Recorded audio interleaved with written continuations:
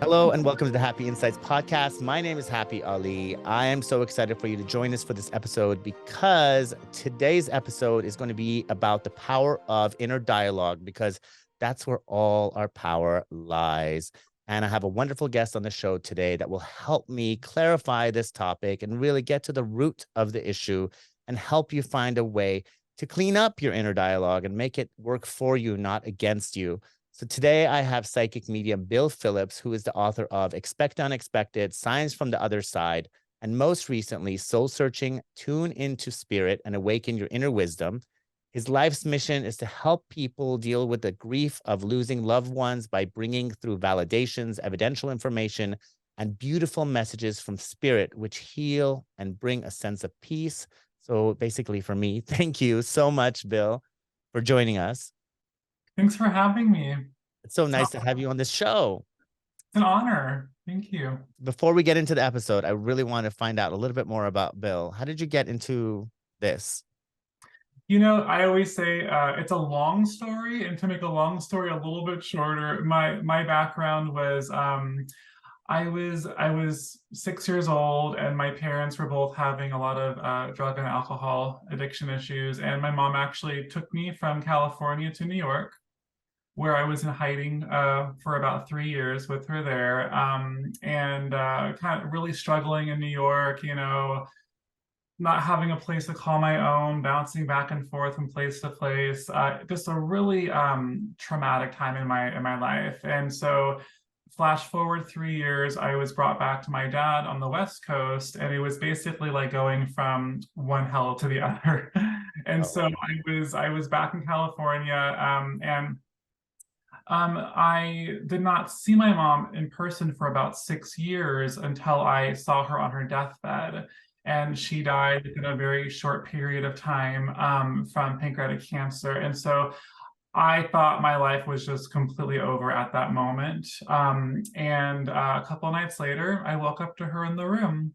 And she was there to assure me that I was going to be okay and that I was going to be helping others. Didn't know what she meant at that time. But as it turned out, and as my life unfolded, as a 14-year-old, I began having a lot of experiences. And those experiences kept leading me deeper and deeper into this truth about the other side, this truth about my own connection to it. And from that point, I found myself in these settings where I was basically put to the test. And what came of that test was this revelation that I was connecting with spirit, and it wasn't exactly how I thought it should be. It wasn't this pop culture sensation. I wasn't seeing people with their heads cut off around me. It was basically about going within and just learning my own language with spirit. And I was actually training to be an opera singer at the time, and spirit followed me. And they kept, pushing through, and I kept giving messages. And long story short, that's what led me to where I'm at today. It is really hard when you're receiving information to feel like it's real at first Mhm. and then to be validated. And then you said something really important. And I know this is not the topic of the show today, but I really want to talk about it, which was I learned, mm, you said I learned my language with spirit. What did you say? Something along those lines? Yeah, I learned how to build my own language with the other side. That's the key thing. And Mhm. I think that for a lot of people, they think there's like a generic language. And the way you made it sound like is the way I always think that it's very personal how they communicate. 100%. And I also want to preface this that as a child, from the age of like 3 and 4 as well, I always experienced things with me at night, especially before going to sleep. I would see spirit, I would see faces floating around me, and a lot of just very different experiences with seeing. And what happened was my mother at the time told me that I had watched too many scary movies, and so of course my child self adapted that truth at the time, and it kind of went away for a bit of time actually. And then this trauma happened in my life, and then it all was reactivated within myself. And I really find that anyone who is embarking on a spiritual awakening, whether it be finding their own gift spiritually, mediumship, intuitive, whatever it is, there's usually some kind of trauma that happens that kind of breaks the way that we view life around us. It breaks the paradigm of how we show up and how we experience life. And so for me, it was a lot younger in life. I was 14 when she transitioned. For many people, it's later in their lives where they're like, whoa, why am I here? What is the mysteries of life in the universe? So I really do feel that we're all here to uncover that truth, and we all will experience it in a different way. Yeah, for me, it was the same. It was a traumatic experience and another traumatic experience. And it was like, ooh, more psychic abilities, more intuitive abilities, more enlightenment, more wisdom. And it was Exactly. all just coming from inside. And finally, I had to accept that there's a lot of information coming from within, and you just have to tune into it. Mhm. So I know we're going to be talking about inner dialogue, which makes me have a question for you. I know you just wrote a book called Soul Searching. So here's the book. Anybody who's interested, it's amazing. It's Tune In to Spirit and Awaken Your Inner Wisdom. Can you tell me where this information came out of you or how it came out of you? Uh, because I'm guessing it, you know, I'm assuming it was coming through you. Absolutely, it was. And for me, it was all about sitting with spirit and sitting with my intention of how I wanted to show up and basically help people understand how to access their inner world, And this was actually a guidebook for everyone else, but also for myself too. So when I needed to have inspiration, I could go back to it and remember what was channeled in these practices throughout the book to remind me of my connection to it as well. So um, this all really began before or right around the pandemic, actually, where I was noticing everybody was coming into this in a very much fear module, like, and I would call it actually the great cloud of fear. And people did not understand exactly why they were crippled by fear, but what I was able to show them was that they were connecting consciously universally to this energy source. And so I was there to show them that it was a choice where you tuned in. Yes, you could tune into this energy fear and let it dictate your life. And at that time, it was really heavy, and I was there too, and I had to disconnect from it.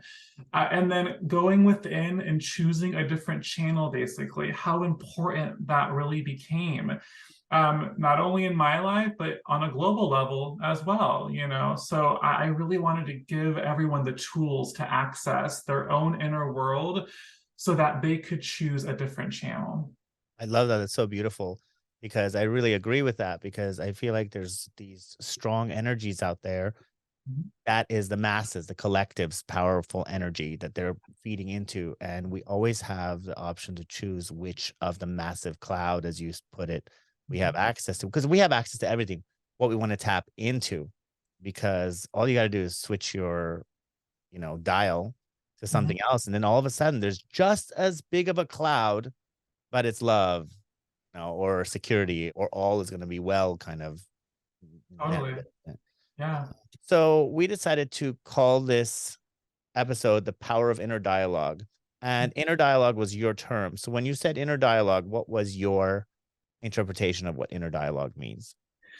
For me, inner dialogue is our own conversation with ourselves, and so many of us, we're all human, and we all come into this world having an ego and a rational mind. And a lot of times that rational mind wants something to fixate on, and it wants to fixate on things that are more connected to survival, right? And so what I find is that when we're having a different awareness of our self-talk, even down to having conversations with other people, down to the programming, the music that we're listening to as well.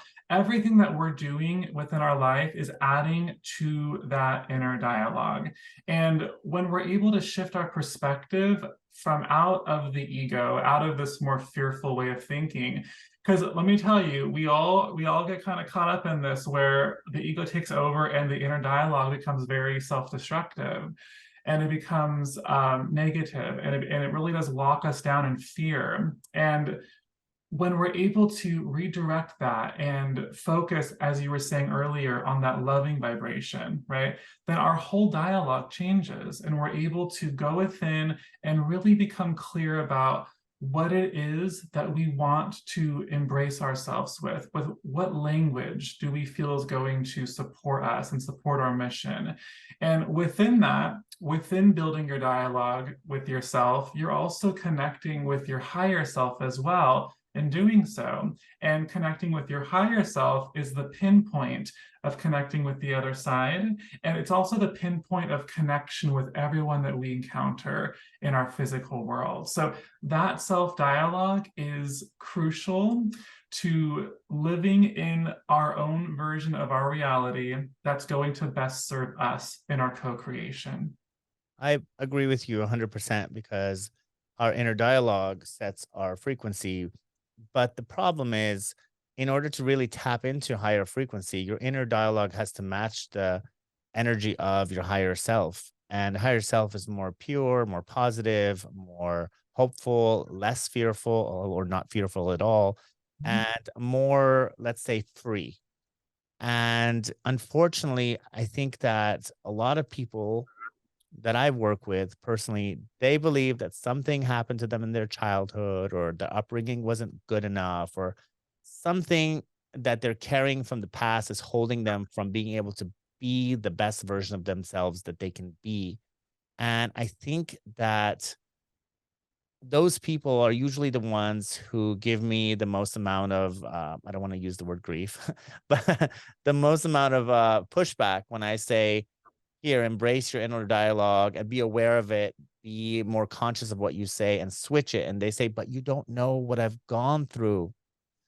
What would you say to those people who bring up the childhood or bring up the past and say, hey, but you don't know what I've gone through? I have a right to have a pessimistic view of myself and the world because of everything I experienced. That's a great question. I would say that first and foremost, it's really important to coddle that feeling, it's really important to give that energy space and to give that voice space to communicate. What I mean by that is you can't make a breakthrough unless you're aware of what's going on, right? And so we all have had some kind of trauma. Otherwise, we would not be here in the physical world in the first place. So we've all experienced something as a crutch earlier in our lives, typically actually within the first 6 years of our lives, actually. And that programming stays with us. Now, there's a shift between the victim mentality of things, right? And then allowing ourselves to shift into our all knowing part of ourselves that understands that it was actually from a higher perspective, that it was a lesson that we came to learn on our journey of life. And so I feel like when we're able to shift our perception and shift our awareness above it, to know that this did not happen to us, but in other words, we signed up to have this experience before we even came into this form in the first place. So I believe it's all about perception and all about how we view that. And sometimes if we view it physically or from the ego space, it will read fear-based, it will read victim. But if we're able to ascend above that space and ascend to our higher self, our all-knowing self, our spirit self, then we're able to see it from a different perspective where it goes, oh, this makes so much sense now. Of course I signed up to have this experience. For me, I know what my calling is, and I've known my whole life it was to come help others and lift others. And I was put on this earth to be a beacon of light. But I understand that without the war that I was born into, the revolution, the divorce, the issues with my family and moving and migration and all that stuff, I wouldn't have been able to be empathetic the way that I am or just know what other people might be feeling when it's, not necessarily happy. And then losing my son 9 years ago, that was very impactful. It sharpened my psychic powers. My prophetic dreaming went into overdrive. Like I learned what I was capable of doing because I had started doubting it at such a young age. And I always knew, but I really learned to appreciate all the hard stuff because I recognized what my calling was. And when I realized what I was here for, then I could make sense of all that past stuff. But at the same time, I feel that, there is that version of me that went through that pain that needed to be healed. And I know you have a good way of, talking about what we need to do to heal that, like the inner child, that young version of yourself that's miserable. What advice do you have to give for someone who needs to do that to shift their inner dialogue? I would say be patient with it. It's not going to be an overnight experience. It's always going to be connected to your life experience and what you're going through in the here and now as well. But if you're able to get really present with yourself and go within and communicate to your inner child, which we all have the ability to do, it really just takes an awareness of sitting with that inner child and giving as much love and support as you can through visualization, through self communication. And what happens is that the more and more that we adapt to that way of thinking, our subconscious mind will absorb that information. And so what happens is over time, that becomes the new belief system. And that's the beauty about being here and programming ourselves and knowing that we are all sponges and we're all channels here for a very brief moment in time. So when you're able to view life in those terms and you're able to really nurture your soul, your higher self through your inner child, that's where that healing can take place. That's where that release can happen.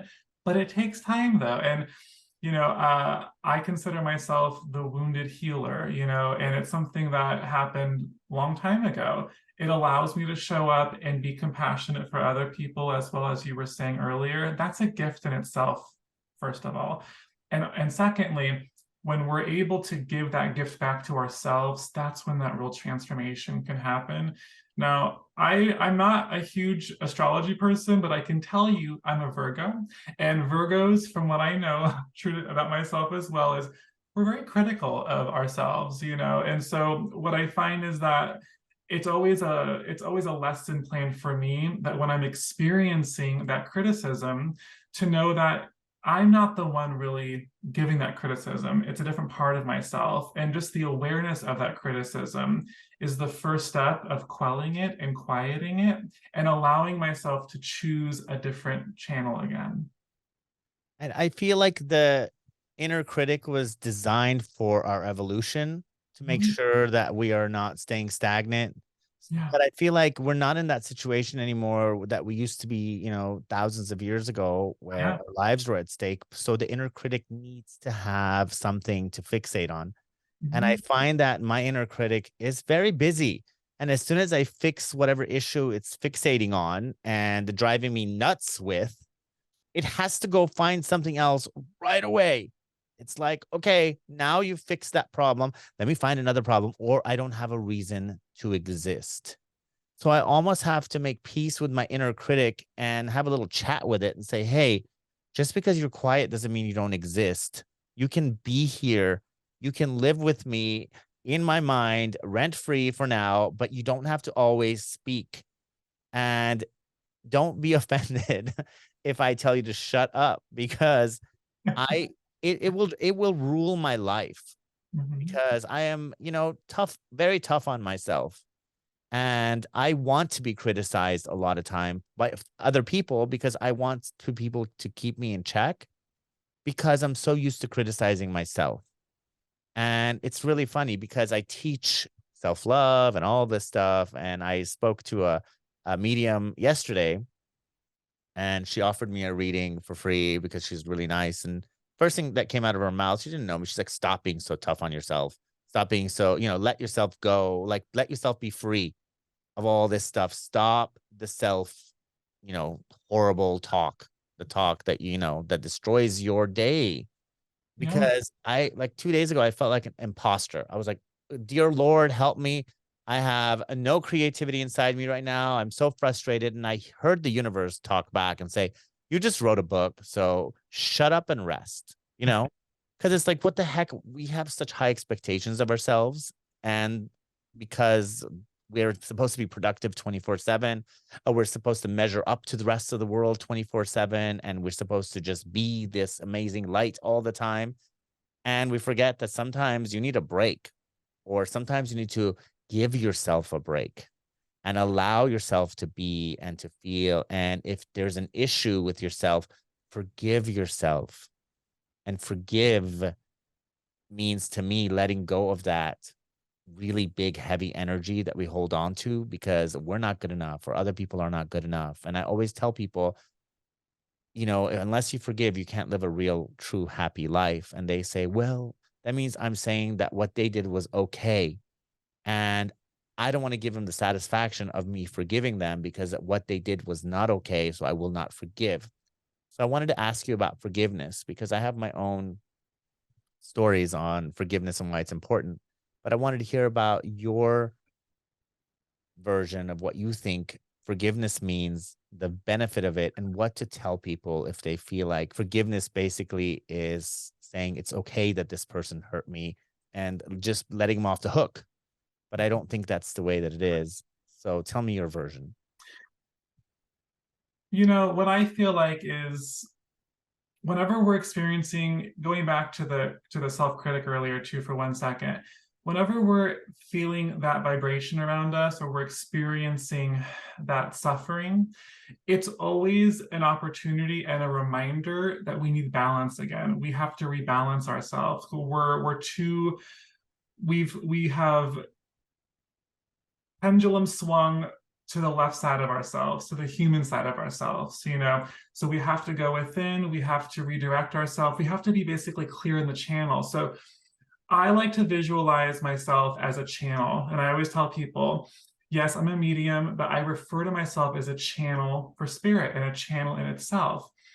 And so, because I have this awareness of that channel, when something's wonky or something's not right, or I'm feeling pulled and I'm feeling someone else's stuff, and there's a lot of heaviness going on, it's always an opportunity to sort of be in the channel and really kind of take stock of what's affecting my energy right now. When it comes to forgiveness, forgiveness is a gift to ourselves because it allows us to have an awareness of what is pulling us out of that channel, what is pulling us out of that state of just flow and of well-being, right?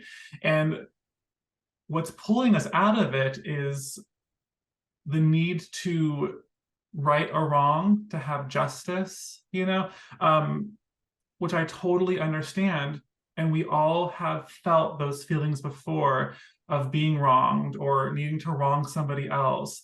But within my philosophy of that, that's really the ego space, trying to fight fire with fire. And our all knowing self knows that by forgiving, we are giving the ultimate price of love to ourselves, first and foremost. And within doing so, we're also giving that light and that love to the person that needs the forgiveness too. It doesn't change their perspective, but it changes our perspective, right? And, I also am a believer in karma too. And I don't say that in a negative fashion. I just say that in a way of what we put out, we get back. And this could have been from eons ago, lifetimes ago, not really even in this moment. But when we're able to think of life in those terms and think of all of these heartaches and pains in those terms, then forgiveness becomes a very useful tool in living a life of peace for ourselves. Absolutely. Yeah. I think that ultimately we all want to hit the vibration of unconditional love or achieve that. And I think that's what we're here to understand, to embody, to become. And I think the purpose of being on this planet is to experience all emotions and end up in unconditional love. And I think that is not achievable until we master forgiveness and the art of forgiveness, because there's an art to it, and realizing that the benefit outweighs the cost. It's just incredible how when you forgive, how much lighter you are. I remember I had a near death experience when I was 17 in 1990 something. And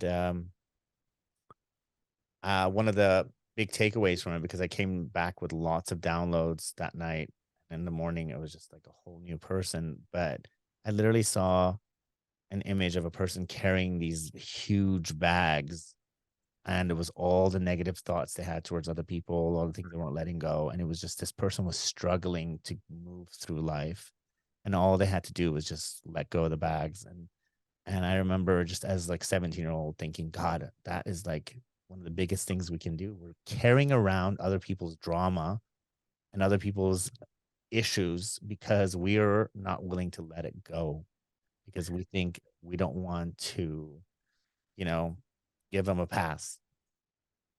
Yes, and one thing that I feel very much complements forgiveness is surrendering and surrender in itself. And, you know, um, being a medium and being that messenger for people, I basically do this work almost every day of my life, right? And so as a messenger and as a channel, surrender for me is a part of my everyday because I have to surrender everything within myself and everything that I think should happen before I meet with somebody, before I act as that bridge for them, to just trust that I am being guided by spirit and that what's going to take place is going to be a healing for them through that surrender. So it really is like walking this tightrope, for example, right? And I do believe that there is a correlation between surrender and forgiveness because it's within the forgiving that we have to surrender, that we have to let go, like you were just saying so beautifully a moment ago.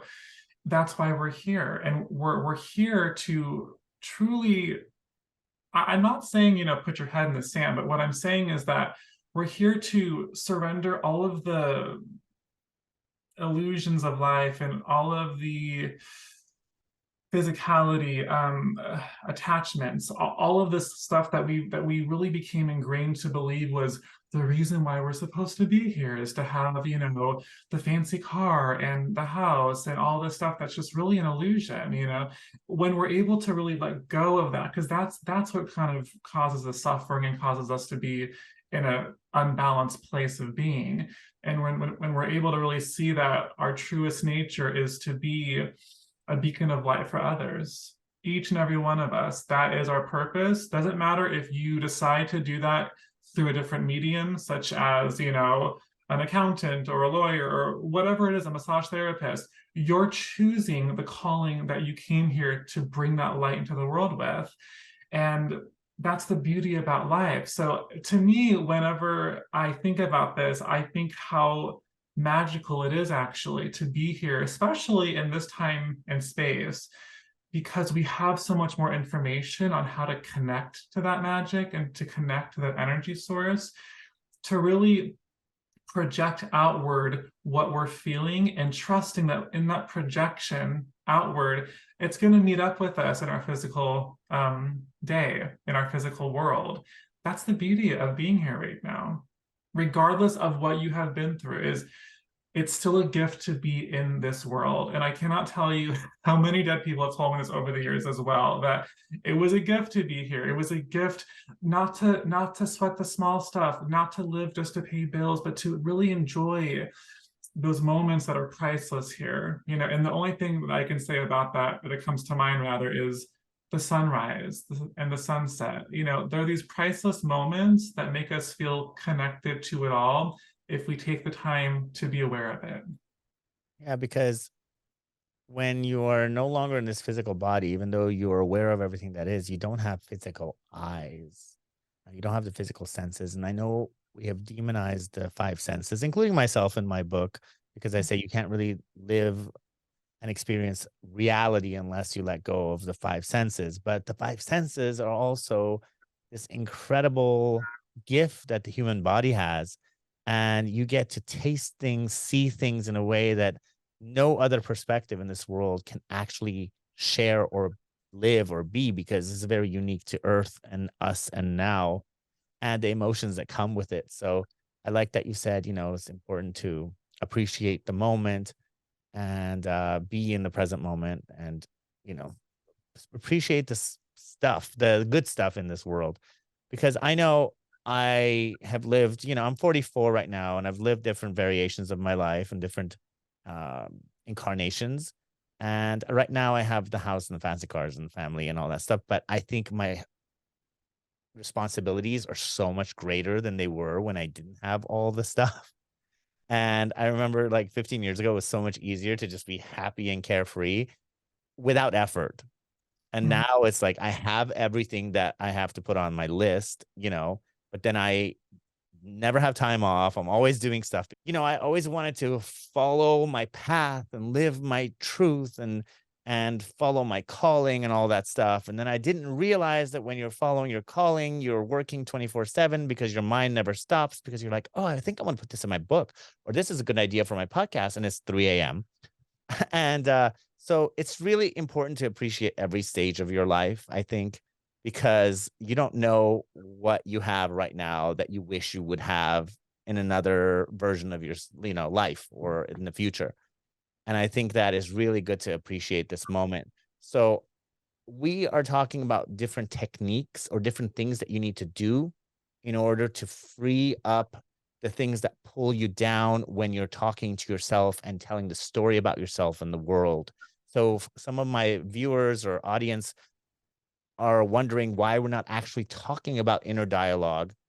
It's not that we're not giving you specific things to say to yourself when you are having your inner dialogue. Somebody else could say, okay, here's your mantras. You got to say them all day long, which I love mantras, but uh, this is not what we're doing here. What we're doing here is saying, if you forgive, if you live in the present moment, if you let go of the judgment you have about how your life should be or what you should be doing, for example, as opposed to just surrendering to what you are doing and seeing all the good in the world and seeing all the good that's happening in your body, seeing all the wonderful things that's around you and wonderful qualities that even the people that you don't like have inside of them. When you shift your focus and really embrace the good that's inside of you and changing your perspective, like you said, about your past and seeing a different version of your own past, seeing it as a tool to get you to where you are now.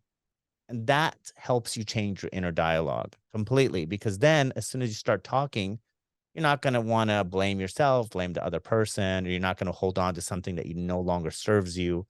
You're not going to want to criticize your, self and others because you're in a new energy and new vibration. And the thing I find is when you let go and when your energy shifts, the inner dialogue or the dialogue from spirit completely shifts and you hear stuff you never heard before.